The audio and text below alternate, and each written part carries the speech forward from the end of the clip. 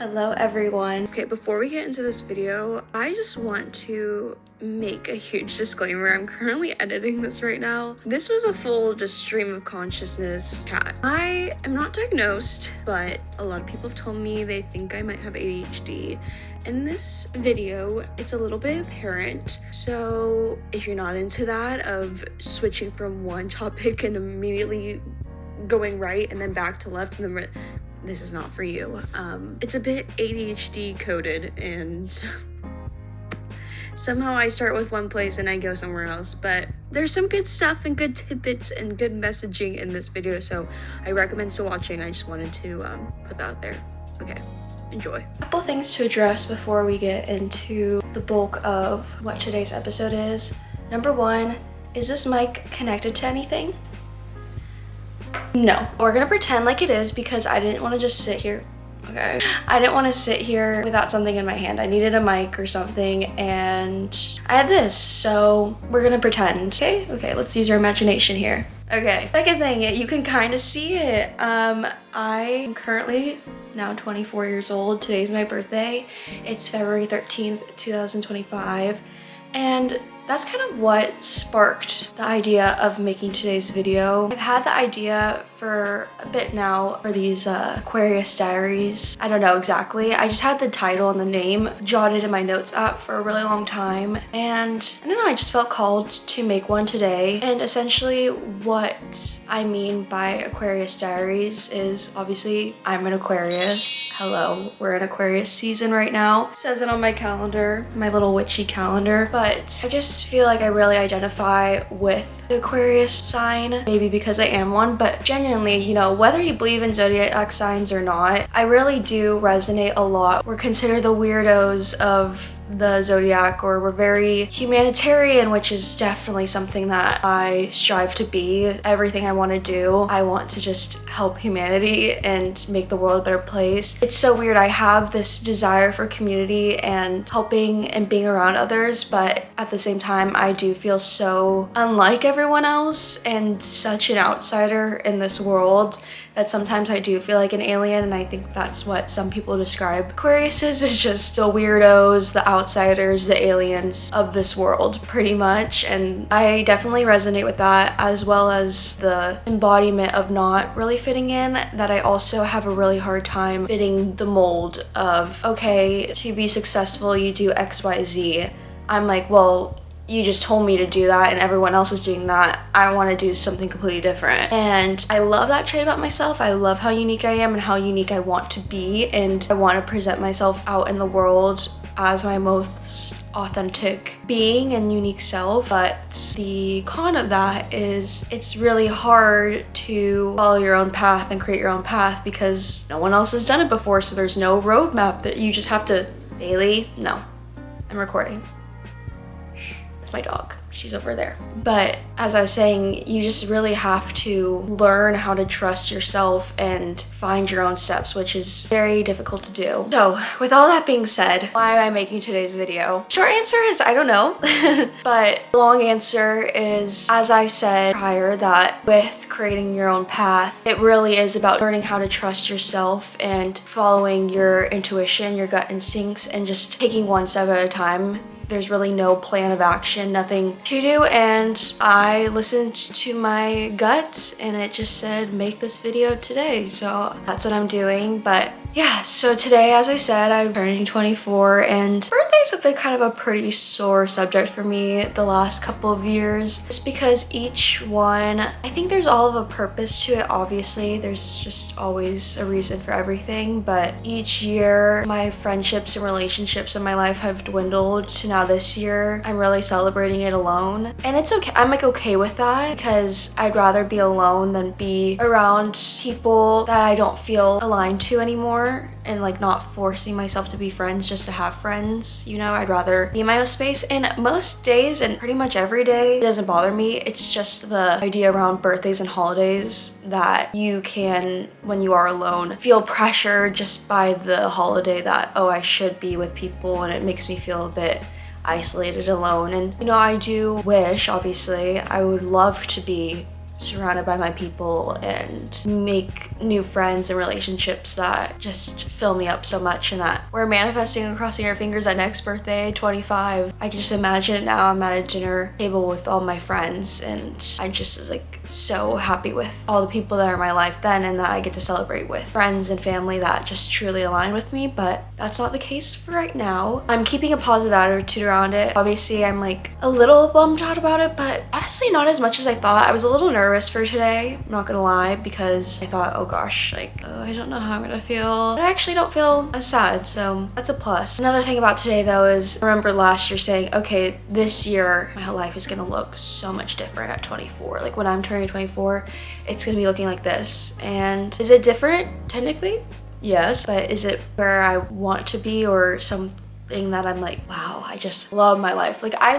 it's so weird, like I love life, I'm so grateful. Right now I'm in a space where I'm really grateful for it. I just get to be in this little oasis where I'm living at now. There's not anything really to do, but it is very calm and quiet, so it is kind of like a retreat. But I'm now 24. I'm not, you know, 60 and ready to retire and just be in the quiet all the time. It was nice for a bit because I needed, for 23, my 23rd year, I really needed to slow down and do nothing and to be in the space. And now what I really want for this year is to get the ball rolling and get back into the world, but as this new and improved version of myself. That I think the biggest lesson I learned of 23 was how to listen to myself, my heart, and to stay in the flow. And I'm very spiritual woo-woo. Also, hi, if you don't know who I am, my name's Taylor, and I just pretty much like, I'm just trying to build a life where I could just create anything and everything and just follow my passions and my desires. And a big part of myself too is I'm very much into spirituality. I believe everything's spiritual, and the more you awaken to it and dive into it, the more and more it opens your eyes to reality and breaks free of all these illusions that not only we put on ourselves, but just from other people in society. That a lot of the things that we're taught are actually illusions that were man-made. And one of those things, realizing within myself, but then I was watching a couple of videos that helped confirm it, that life is simply about just following the excitement. It's kind of like the law of excitement. You just follow the thing that excites you, and that will lead you to the next thing that excites you, and on and on and on. And that's how you build your dream life. That everything that comes from that excitement, it may not look like you imagine it in your head, but it will feel right for you because you'll attract everything that is relevant for you. With that being said, that's kind of my approach going into this year, is just trying to create my dream life, but from that law of excitement, to just flow and not necessarily set a plan. Of course, I can write out my dreams and my goals and where I aspire to be, just also having the understanding that where I may end up may look exactly like this, or may look nothing like this, or have some pieces of it, but then I'll realize like, oh, I thought I wanted that, but actually I want this instead. Or, oh, what was I thinking? I don't even want that at all. You can create the plan, but just having the understanding that it's never gonna look exactly how you think it is. It's just, our brains just can never really fully comprehend that, and just learning to flow with that and be okay with that. And just knowing that even if it doesn't look like it, that what's meant for you will feel right, and you'll always be happy and positive and excited. Even if you thought like, oh, I want to be an architect, but then you follow the path of excitement and then it actually leads you to being, I don't know, a clown. I don't know why. I was like a juggler, like a clown, a circus clown, and you're gonna be the best circus clown ever. You're gonna be so excited. Like, isn't that so fun? But with that being said though, it's not like these last couple years I've just been twiddling my thumbs and I haven't been trying to create my dream life. I've been trying to create my dream life. Let's think about this. Like my first ever dream, and I remember someone asking me, what's like your dream job? What's your dream life when you grow up? And I said, I want to be Hannah Montana. And that still resonates today, obviously in a way different way. Like I don't just want to be a pop star, like I want to do so much. I think that was maybe I was 6. It's like the first time I really remember being like, I want to be Hannah Montana. I'm gonna be a pop star / rock star when I grow up. I would say around 10 is when I actually took it seriously. And when I say serious, like I was serious. I don't know if I picked it up or if I've just always had this innate, you know, actually, now that I think about it, I think I did pick it up from my dad, because my dad like has such an entrepreneurial mindset, and I have that as well. Like I always tell people, if I had to choose between who I more like to, it's always been my dad. And so I saw him work, and he's a hustler, like, you know, not to bring up his tea, but he obviously, I think for him would benefit, and he's doing it too, so I'll give him credit, but like slowing down a bit, because I know how it feels to operate where we just want to get something and we go after it and almost work harder and not working smarter. And that's what I did my whole life, is just hustle, hustle, hustle. I remember 10, I started taking dance classes. I told my mom, if I want to be a Disney star, a Disney Channel kid, I have to become a triple threat. So you need to put me in dance classes, vocal lessons, acting classes, anything and everything you can, put me in it. We started going on acting auditions. I was doing all these lessons. I was going to these professional companies and doing musical theater shows for them. And I was on the dance team. And I literally, when I first started competitive dance is when Dance Moms first came out, and I remember I'd go to dance, say 3 to 5 hours after school, and then I'd come home, watch Dance Moms, and stretch. And I would go out in the garage and I would practice my turns, my leaps out there, so much that for Christmas one year, my parents built me a dance room because I'd be out there every single day. That's all to just say, I've been working my little tush off since 10 years old. But the problem was, and what I ran into last year, is that I would have mini burnouts, as you could probably imagine, throughout the course of my life. And I think once I hit high school, especially my junior year, I just stopped everything, which was very necessary. But then right after I graduated, I was like, well, shit, I'm not going to college. I gotta make this music thing happen. So then immediately I got into that hustle mentality, because I thought I'm such a hard worker, and I used to thrive off of that, you know, because that's what our society, it is shifting, but especially at that time, that's what you were praised for. I remember so many people around me too would just be like, wow, Taylor, like you have your shit together, like you're just so on top of it, and just hearing that all the time obviously validated to me, okay, what I'm doing is really good. Like I am a hard worker. I'm supposed to be pushing myself. No pain, no gain. Like go, go, go. I could sleep when I'm dead. Like, especially as a woman, burnt out so frequently. And not to say like, oh, like women are weaker and that they can't work as hard. No, it's not that. It's just that obviously with our biology, our hormones don't, guys obviously I don't think should be like pushing themselves to the max every single day either. I don't think that's just healthy. Like we all need rest and stuff, and we need to like all listen to our intuition and guide ourselves, and you know, we all deserve to live a life of ease and fun and flow. It doesn't have to be this like torturous experience but it's obviously a little bit easier for men to push through because their hormones cycle through every 24 hours, so every day is just like clean slate. But with women, we go through all the 4 seasons within a month pretty much, so I don't even need to go into the depths of that. There's so many things, like I feel like so many discussions about cycle syncing, and you know, we're starting to talk more about female hormones and to operate more efficiently, yada yada, so I'm not even gonna dive into that. But you can imagine I was burning out like 24/7. But then last year, I would say like right before turn 23, I just had this ultimate burnout, took a step back from everything and said, I didn't know how long it was gonna take, but I just said, I need to step away from everything, stop working, and just rest and do nothing. And so that's what I did. I feel like that whole journey, and I could go more in depth later, so I won't get into that, but I just wanted to give that preface to say I have been really been working towards my dreams pretty much my whole life. But this year, I really want to approach it differently. As I said, I don't want to plan. I don't want to structure. I don't want to do the daily to-dos where I have to show up and do the same routine every day. I've tried it time and time again, where, you know, what's the definition of insanity? It's doing the same thing over and over again and expecting different results. So I've been pretty much insane my whole life because that's all I've been doing.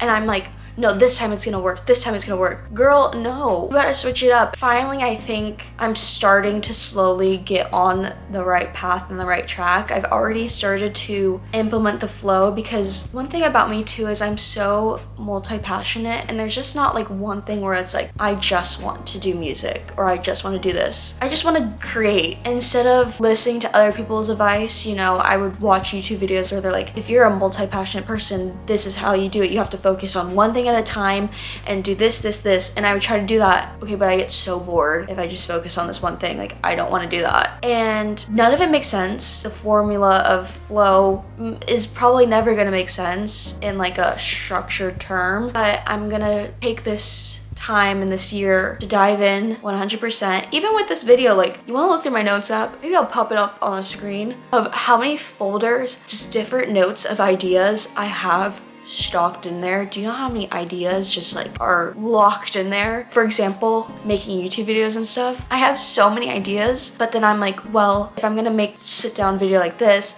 I need to structure out what I'm gonna say, kind of write out a script, because I want it to be structured, I want it to flow, and I want it to make sense. I'm like, girl, just do the damn thing. No more planning, no more structuring, nothing. I'm just gonna press record, set up my little light. It doesn't even need to be the perfect background. I mean, this background's pretty cute. I kind of like it.